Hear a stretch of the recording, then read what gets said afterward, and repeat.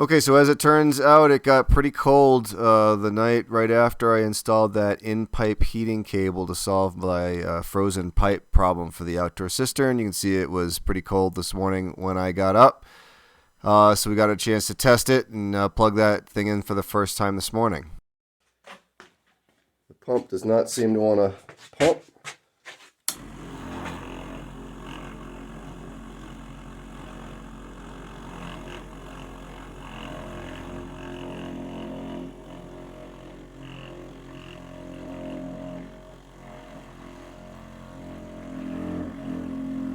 So seems like the pipe is certainly frozen this morning.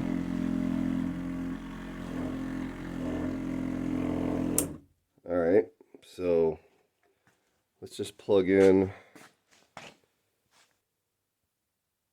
We've got 180 watts coming out of the batteries. I plug in. So we're going to plug in the heating cable, the in-pipe heating cable. All right, and now we have 440 something watts coming out of the batteries. And that is heating in that pipe. We'll give it a few minutes and then turn the pump back on and see what happens. All right, so it's been a couple minutes now.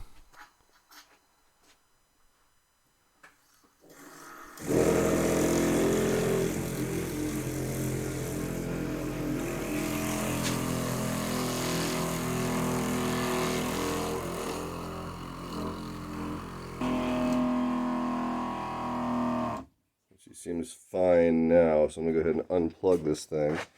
Still drawing 380 watts out of the batteries. If I unplug, and we're back down to a more normal 180 watts.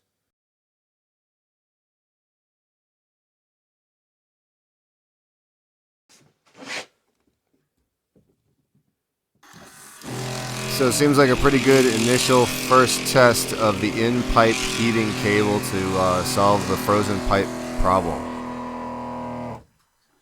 Seems fine now.